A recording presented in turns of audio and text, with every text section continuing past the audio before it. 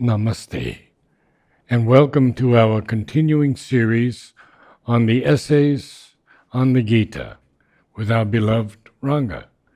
We are in the Creed of the Aryan Fighter. I have page 65, but others will have different pages. The sentence begins with the teacher then turns aside for a moment to give another answer. So we will read the para first and then we'll come back to it. The teacher then turns aside for a moment to give another answer to the cry of Arjuna over the sorrow of the death of kindred, which will empty his life of the causes and objects of living. What is the true object of the Kshatriya's life and his true happiness?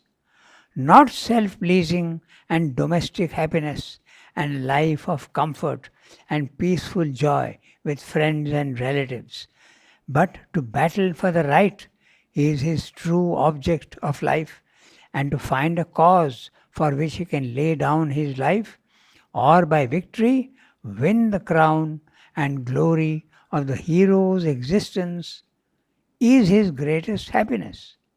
And by victory win the crown and glory of his hero's existence is his greatest happiness. There is no greater good for the Kshatriya than righteous battle. And when such a battle comes to them of itself, like the open gate of heaven, happy are the Kshatriyas then. If thou dost not this battle for the right, then hast thou abandoned thy duty and virtue and thy glory, and sin shall be thy portion. He will, by such a refusal, incur disgrace and the reproach of fear and weakness and the loss of his Kshatriya honor. For what is worst grief for a Kshatriya? It is the loss of his honor, his fame, his noble station among the mighty men, the men of courage and power. That to him is much worse than death. Battle, courage, power, rule, the honor of the brave, the heaven of those who fall nobly, this is a warrior's ideal. To lower that ideal, to allow a smirch to fall on that honor, to give the example of a hero among heroes whose action lays itself open to the reproach of cowardice and weakness, and thus to lower the moral standard of mankind, is to be false to himself and to the demand of the world on its leaders and kings. Slain, thou shalt win heaven. Victorious, thou shalt enjoy the earth. Therefore arise, O son of Kunti, resolved upon battle. So, beautiful. Now, the answer that Sri Krishna is giving to Arjuna is on many levels. The first level, he explains to him that you are thinking that death is of the body, mind, life is the final. So he explains to him that no, it's not like that. The soul lives forever. It cannot be made wet, it cannot be dried, it cannot be killed, weapons claim it not, the wind cannot dry it. So it's impossible for you are sorrowing for the body, mind, life, which everybody is subject to. But the soul never dies, it takes birth again and again. So that's the first answer. The second answer is, you are a Kshatriya, and it's your duty here in the physical world to fight. So you have to do that. Now he is turning to another aspect. Okay? So this is what he is saying. He is answering on many levels. On all the levels, he is proving Arjuna wrong in his reaction. Even though it sounds correct to the Kshatriya. Yes, because that's a moral stand he is taking. Right, it's a moral stand. And the moral stand is not the right one. It's okay at level 1. Right. But it's not okay at level 2. And he is the representative of the divine here. He is fighting on the side of the Pandavas who represent the good. And he has to fight the evil, which the Kauravas are representing. So now he has to obey the divine. And he is the chosen Yes. also. Yeah. So, the teacher then turns aside for a moment to give another answer to the cry of Arjuna over the sorrow of the death of kindred. Because remember, they are all cousins. The Kauravas and the Pandavas are cousins. But the dispute came over the property rights. And also, um, they were playing, they were gambling, and the Pandavas lost everything. Okay, so then the Kauravas refused to give them anything. No, not even villages, not even 5 villages. Shri Krishna went and tried to negotiate with them, but no. So it came to war. That's how the war is being taken up.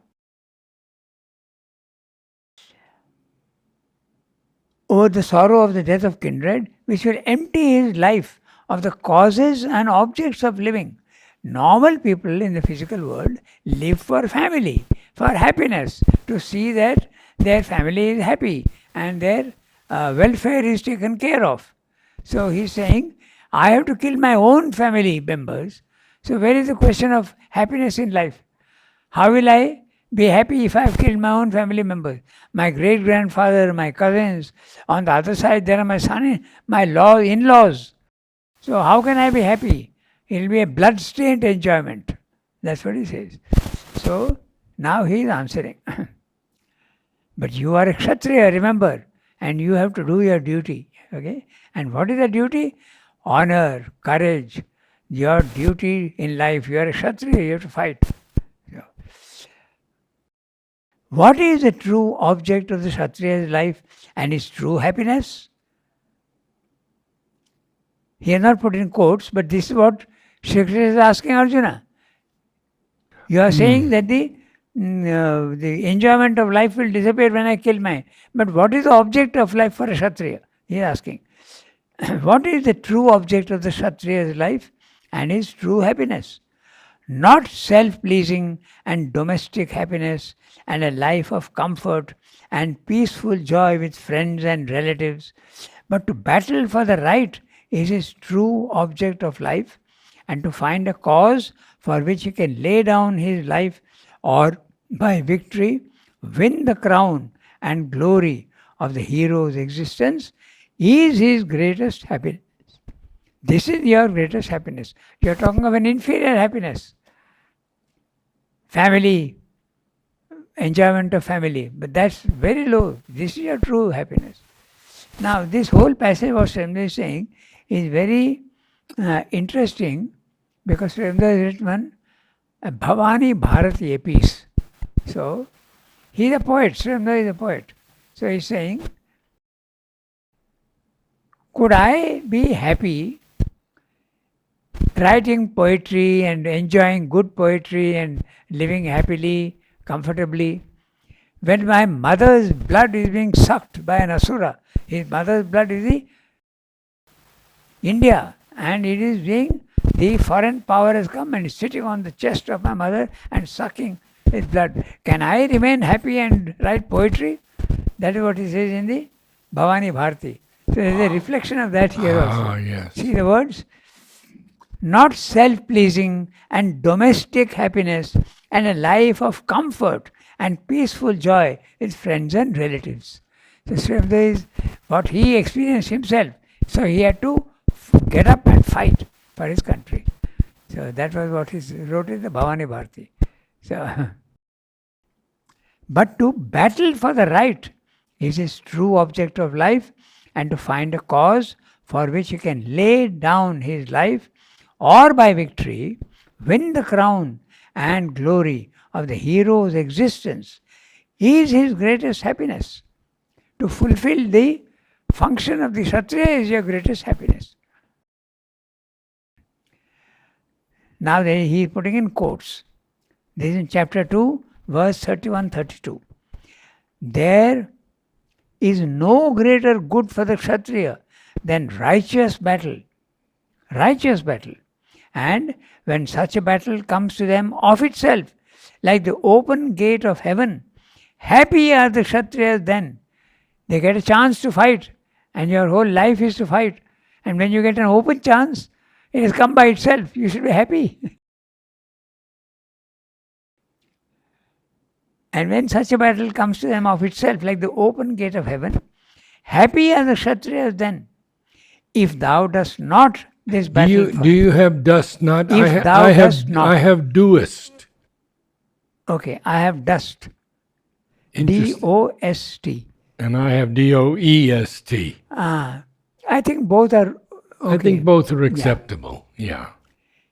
If thou dost not this battle for the right, then hast thou abandoned thy duty, and virtue, and thy glory, and sin shall be thy portion. Here, waging battle will not be the sin. Abstaining from battle will be the sin for a Kshatriya. He will, by such a refusal, incur disgrace and the reproach of fear and weakness and the loss of his Kshatriya honor. For what is worst grief for a Kshatriya? It is the loss of his honor, his fame, his noble station among the mighty men, the men of courage and power. That to him is much worse than death. Battle, courage, power, rule, the honor of the brave, the heaven of those who fall nobly. This is the warrior's ideal. Fall nobly, even that is okay. To lower that ideal, to allow a smirch to fall on that honor, to give the example of a hero among heroes whose action lays itself open to the reproach of cowardice and weakness, and thus to lower the moral standard of mankind, is to be false to himself and to the demand of the world on its leaders and kings. The leaders and kings have to protect their kingdom, protect their subjects, and you're not going to do that. You're going to do the opposite. So, can we just for a moment fast forward to India today and Pakistan? yeah. So, Where is this? Pakistan is disintegrating on its own. So, India doesn't have to do anything much. Mother had actually asked several times India to continue the fight. The first time was in 1965 when Indira Gandhi. the Indian army went and occupied Yes. and Lahore, one of the major cities in was under Indian domination. So the airlines were not being able to land there without the permission of the Indians, not the Pakistanis. This partition of India has been a real tragedy. In the ashram, I have half a dozen people who are from Lahore, who are born and educated in Lahore. You know Amita and Chitradi? Oh, yes. His brother, their brother was a doctor. Okay? Shwatarata Sen. He was educated in Lahore. Oh, Then there was Pashi Kapoor, you know. very well. They are all from Pakistan. It was a terrible thing. And it was completely with falsehood it was done. Sri Aurobindo says that very clearly. But I understand that Mother asked Mrs. Gandhi to go through. Yes, that's what she said. That this war will be a righteous war. In 1965, she said, continue the war. Indira didn't have the courage to do it. Then when Bangladesh came, she asked repeatedly, recognize Bangladesh immediately. Then they delayed a little bit. Mother was not very happy. But finally they did recognize Bangladesh, and then all over the world, everybody else recognized Bangladesh. But India was the first to recognize, and then. Now, same thing will happen with Baluchistan and Gilgit-Baltistan. Same thing will happen. Baluchistan is not part of Pakistan. There was a British general who encouraged them to enter and capture Balochistan. Balochistan is extremely rich in minerals. It's got a very scanty population, and but it's very rich in minerals. Pakistan is exploiting all that without any benefit to the people of Balochistan. That's why in Canada, in America, in other places, the Baluchis are wanting independence. They want to join India. At that time, at the time of partition, northwest frontier in Pakistan, okay, Khan Abdul Ghaffar Khan, he wanted to join India. Our people, Congress people, refused. He said, so far away, what is the use of your, how can we manage? He was so disappointed. He was known as the Frontier Gandhi. Khan Abdul Ghaffar Khan, very noble man, tall, hefty, from the northwest, the Pathans.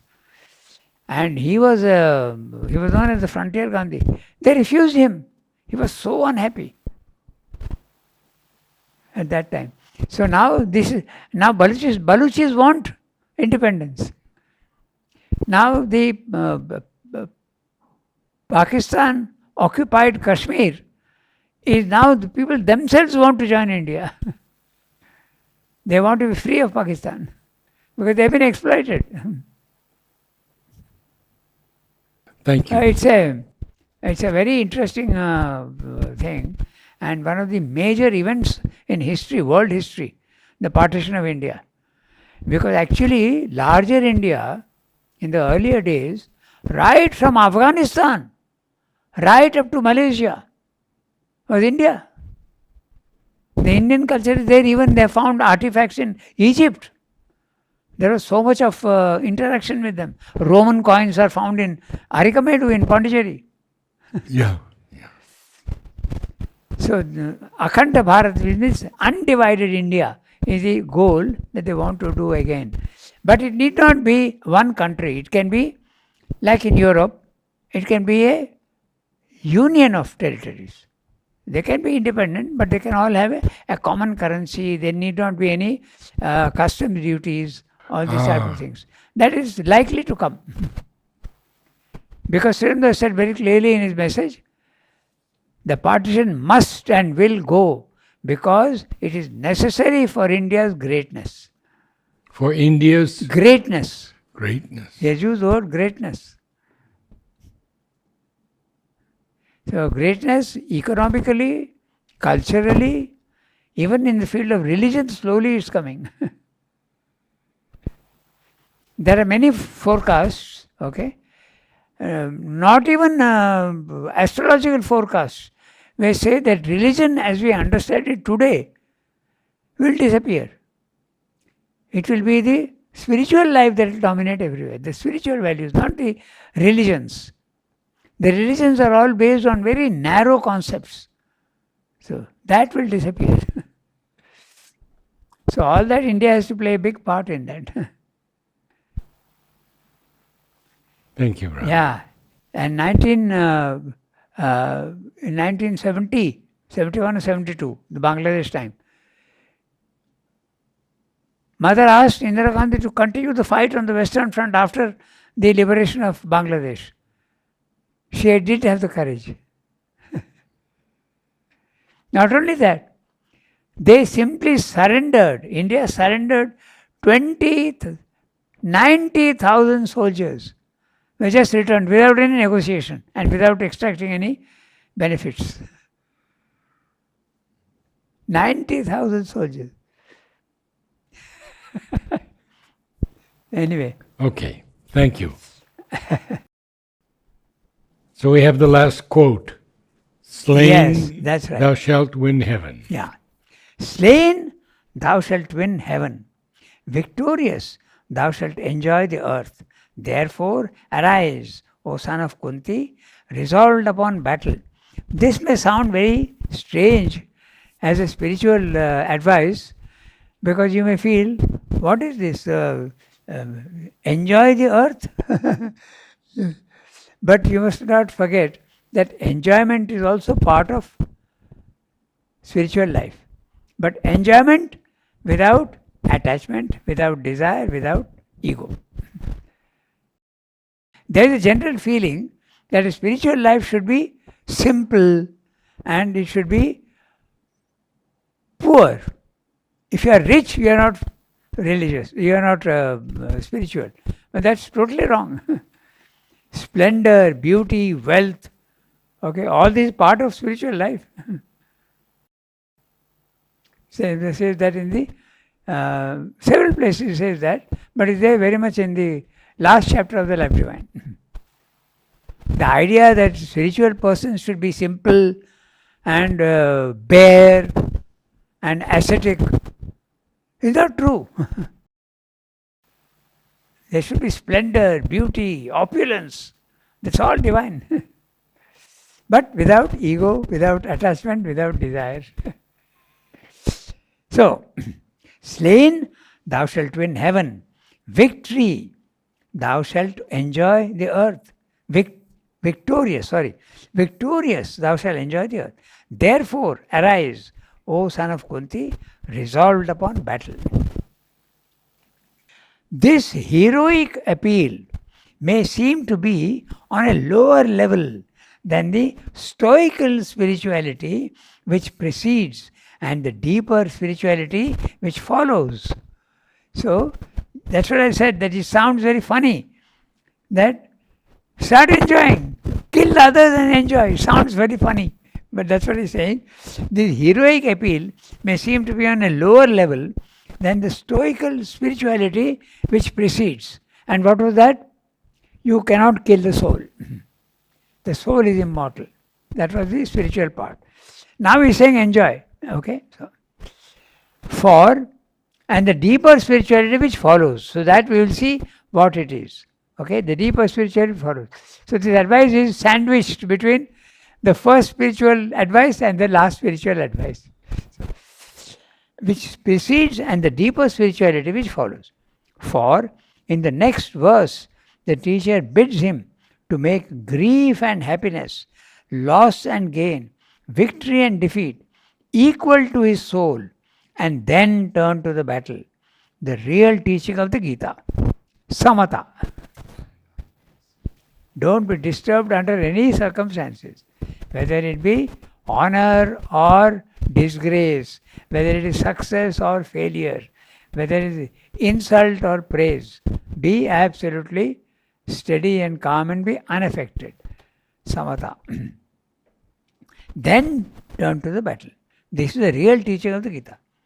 But Indian ethics has always seen the practical necessity of graded ideals. This is very important. Graded ideals for the developing moral and spiritual life of man. The Kshatriya ideal, the ideal of the four orders, is here placed in its social aspect, not as afterwards in its spiritual meaning. Okay, we'll see that.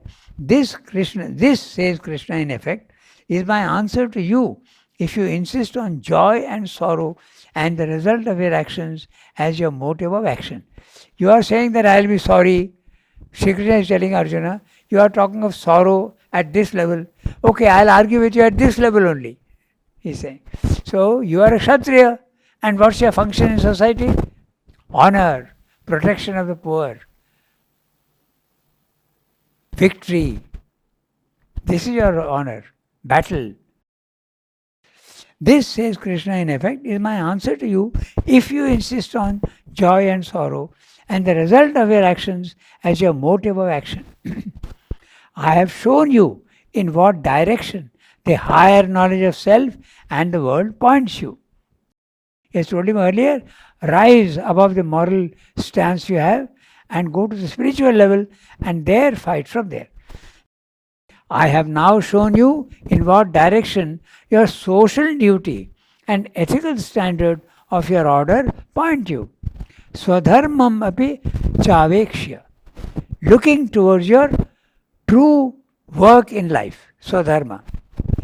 Whichever you consider, the result is the same. If you argue on a spiritual plane, you have to fight. If you argue on a moral plane, you have to fight. You are a Kshatriya.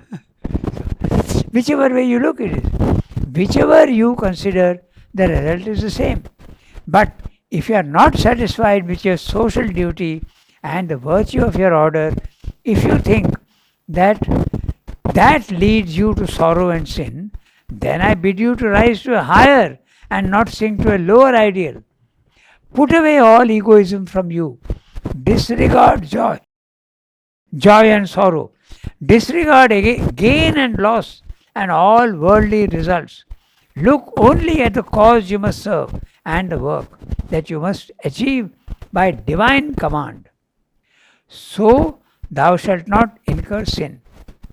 Thus Arjuna's plea of sorrow, his plea of the recoil from slaughter, his plea of the sense of sin, his plea of the unhappy results of his action are answered according to the highest knowledge and ethical ideals to which his race and age had attained. So it's on that level Yeah. that Krishna is speaking to him. Yes.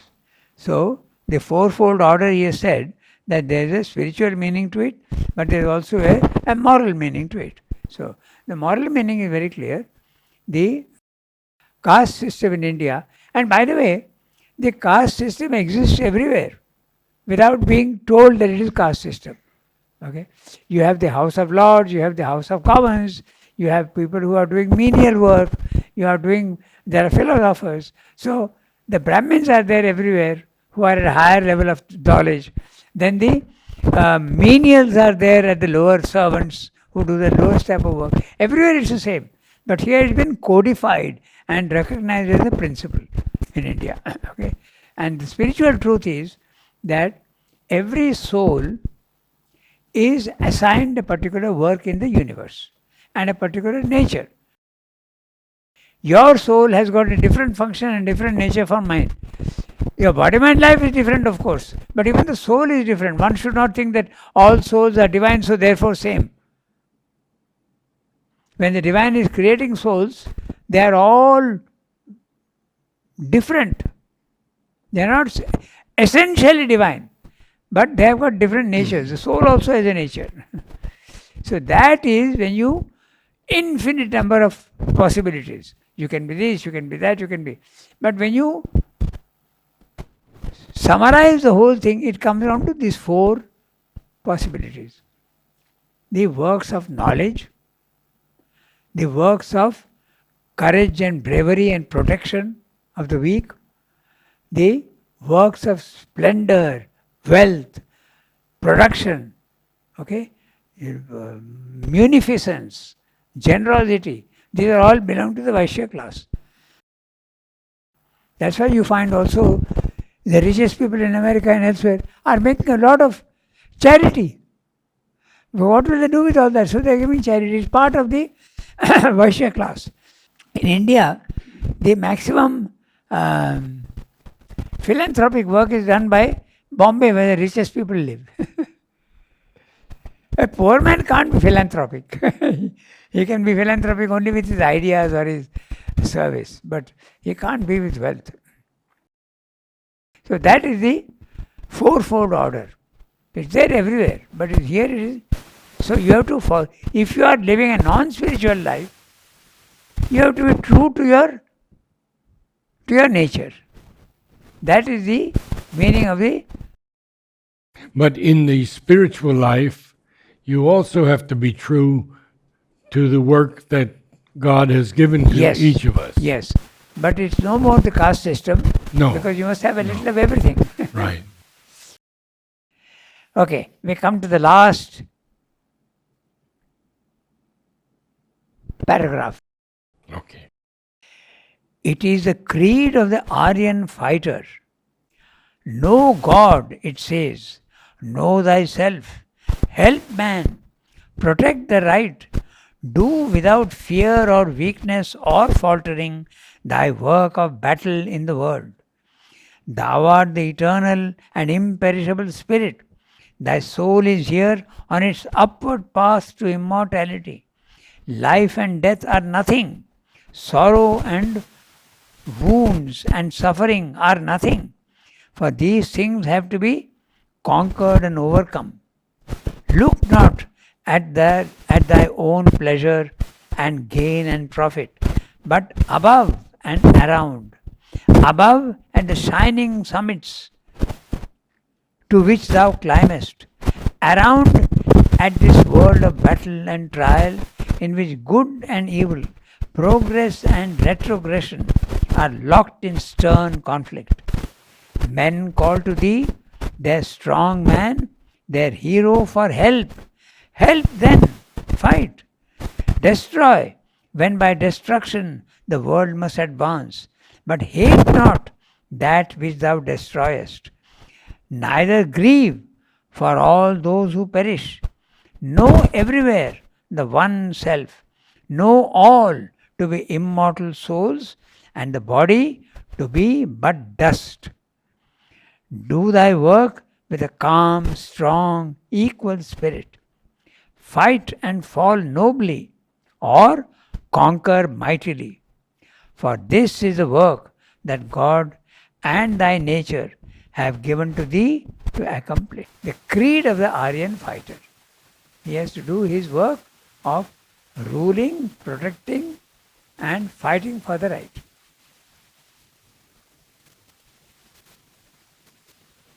That completes the creed of the Aryan fighter. Now we have come to the yoga part, and therefore we have to discuss a little bit of philosophy. So, Sankhya and Yoga. So, before we start the chapter, maybe you could just have a little bit of discussion on the Sankhya and what is meant by Yoga. Okay? So,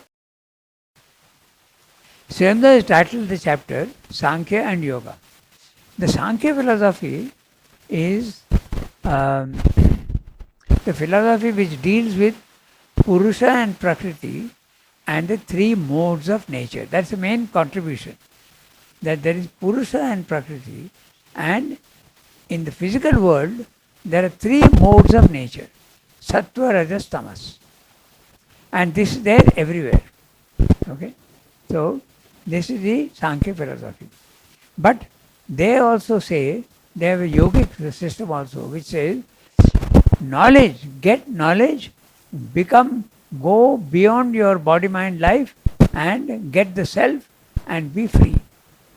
So, try not to do work in the physical world, because physical work will give you attachment and will give you desire, and then there will be ego also. So, don't pay too much attention to work in the physical world. Do as little work as you can, concentrate and try to go out of the world. That is the Sankhya philosophy. The Sankhya philosophy. Okay? So it's a Jnana Yoga of his thoughts. But very different from what Mother has asked of us. Of course, because Mother is integral yoga. Exactly. That's a different yoga. You will get success. If you go through Sankhya Yoga, if you go through Jnana Yoga, you will Bhakti Yoga, Karma Yoga, you will get success. But in each one, the success is of a different type.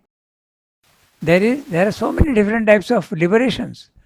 Sayujya Mukti, Sadharma Mukti, Salokya Mukti, Samipya Mukti. You will get intimacy with the divine, you will get knowledge of the divine, you will get the nature of the divine. Krishna wants you to get all these liberations. Because then you will never know the divine fully if you go through only one path. But you will get liberation. And yoga in the Gita refers to Karma Yoga. Sorry, Patanjali's yoga. Okay? So, the Sankhya philosophy is the path of knowledge. And the path of yoga is the Karma Yoga. Doing works in the physical world with sacrifice as the method and means. So when you do work in the physical world, don't do it for yourself, do it for the Lord, and that will slowly purify your being, and you will get liberation by coming to get knowledge of the divine in every way. That is yoga. Karma Yoga. So there are different, using the word yoga but means that in the Gita. So this whole chapter, Sankhya and Yoga, is a little discussion of the philosophical aspects. Okay? It's quite long. Yes. And then the next chapter also deals with that. Sankhya, Yoga and Vedanta. Because the Gita combines. Gita takes a little bit of Sankhya, a little bit of Yoga and a little bit of Vedanta. It combines all these things, and that's why Sri Aurobindo calls it a synthesis. According to Sri Aurobindo, there have been several syntheses. The earliest synthesis was the Vedic period. Why? Because it is not making a difference between spirit and matter. It is saying that it is all the same. There is a famous quote which says, "Heaven is my father and the earth is my mother." So they are not making a distinction like the others are saying. The physical world is an unreal, it's only a shadow play. No, it's my mother. And there, so Vedas is the first synthesis. The Gita is also a synthesis because it combines Karma Yoga, Jnana Yoga and Bhakti Yoga. And the next synthesis is the Tantric. That also is synthetic because they are not rejecting Prakriti for Purusha. They are going through Prakriti, the Divine Mother. They are going through nature, enjoying nature without rejecting. But enjoying nature, trying to do it without attachment, ego, desire. That's why it's such a difficult path. Then finally you have the Sri Aurobindo own integral yoga, which is a synthesis. So, 2 chapters dealing with largely with philosophy.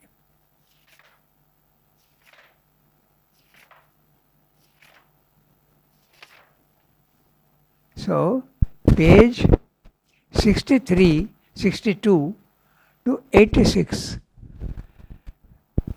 62, 72, 82. About 25 pages Yeah. of philosophy. Okay. Sankhya and Yoga. In the moment of his turning from his first and summary answer to Arjuna's difficulties, and in the very first words which strike the keynote of his spiritual solution, the teacher makes at once a distinction which is of the utmost importance for the understanding of the Gita. The distinction of Sankhya and Yoga. Such is the intelligence, the intelligent knowledge of things and will, declared to thee in the Sankhya. Hear now this in the Yoga. For if thou art in Yoga, by this intelligence, O son of Pritha, thou shalt cast away the bondage of works. That is the literal translation of the words in which the Gita announces the distinction it intends to make. Both lead to liberation, but one is a path of knowledge. Sankhya is the path of knowledge. You reject the physical world and action. Do as little action as possible, go towards knowledge. And yoga is karma yoga, using works in the world to go to the knowledge aspect. So he makes a distinction between the two. The first paragraph is telling you that he is telling you Sankhya and Yoga, he is making a distinction. The Gita is in its foundation a Vedantic work. It is one of the 3 recognized authorities of the Vedantic teaching, and although not described as a revealed scripture, although that is to say it is largely intellectual, ratiocinative, philosophical in its method, founded indeed on the truth, but not the directly inspired word, which is a revelation of the truth through the higher faculties of the seer, it is yet so highly esteemed as to be ranked almost as the 13th Upanishad. He's talking about the Gita. But still, its Vedantic ideas are throughout and thoroughly colored by the ideas of the Sankhya and the Yoga way of thinking, and it derives from this coloring the peculiar synthetic character of its yoga philosophy. It is in fact primarily a practical system of yoga that it teaches and it brings in metaphysical ideas only as explanatory of his practical system. Nor does it merely declare Vedantic knowledge, but it founds knowledge and devotion upon works. Even as it uplifts works to knowledge, their culmination, and informs them with devotion as their very heart and kernel of their spirit. Again, its yoga is founded upon the analytical philosophy of the Sankhya's, takes that as a starting point and always keeps it as a large element of its method and doctrine. But still, it proceeds far beyond it, negatives even some of its characteristic tendencies, and finds a means of reconciling the lower analytical knowledge. So, he is speaking of Gita as a Vedantic work. What is the basic Vedantic philosophy? It is Advaita. That's the core of the Vedantic philosophy. There is only one supreme reality, and there is nothing else. Whatever you see in the physical world is a form of that one supreme reality. And what is that supreme reality?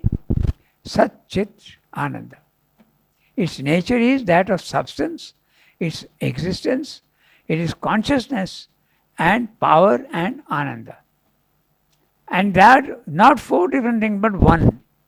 It's one. That is the Vedanta philosophy. Okay? So, and the Vedanta philosophy is expounded mainly in three ways. One, through the Upanishads. There are 103 or 104 Upanishads. There are very minor Upanishads, but beautiful Upanishads.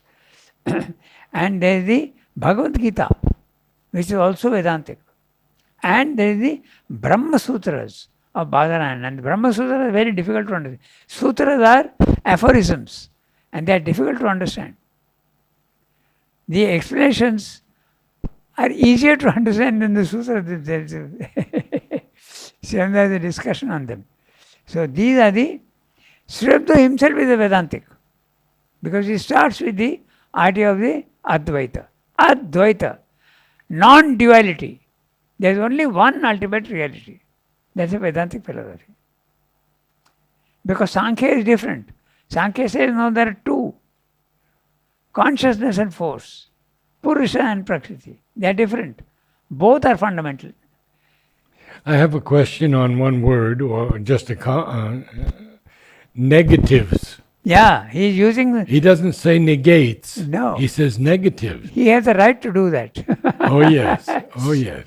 There is a saying that is the same for language. You can take liberties with a woman if you love her. So he is taking liberties with the language because he loves her. Oh. He is using negative adjective, he is turning into a verb. He turns it into a verb, exactly. He does that all the time. But he has the right to do that. Yeah. Okay, so I just mentioned, everybody knows about it, but still, the Upanishads, as I said, there are 104, I believe. 104, 103, it depends on what you are including in it, because there are so many small things. So, the Isha Upanishad, the Kena Upanishad, the Katha Upanishad, the Mundaka, Mandukya, Prashna, Aitareya, Shvetashvatara, Chandogya, Brihadaranyaka, Taittiriya, and maybe Kaivalya Upanishad. Kaivalya. So these are the main Upanishads. But I can tell you that some of the smaller ones are magnificent. They are magnificent. In fact, the world famous, now it has become world famous all over India, because the Vasudhaiva Kutumbakam, the whole world is my family. This is there in one of the minor Upanishads, not the major ones. Huh. And this has been the guiding principle of Indian life for a long time. Vasudhaiva, the whole world is my family. This was the, and today they are, this is being used and bandied about very much. The Vasudhaiva Kutumbakam. And based on that, that's why India went and to help Turkey when there was an earthquake there. India sent its Yeah. trained people to extract people from debris with dogs and all. And people also, they went there, they helped, but they also sent material, medicines and all. They opened a hospital, small hospital, and helped. And when they were asked why you did that, they are against you all the time. Vasudhaiva Kutumbakam, the whole family. Humanity is our family. I think we stop Thank you, here Ranga. today. Yes. Namaste.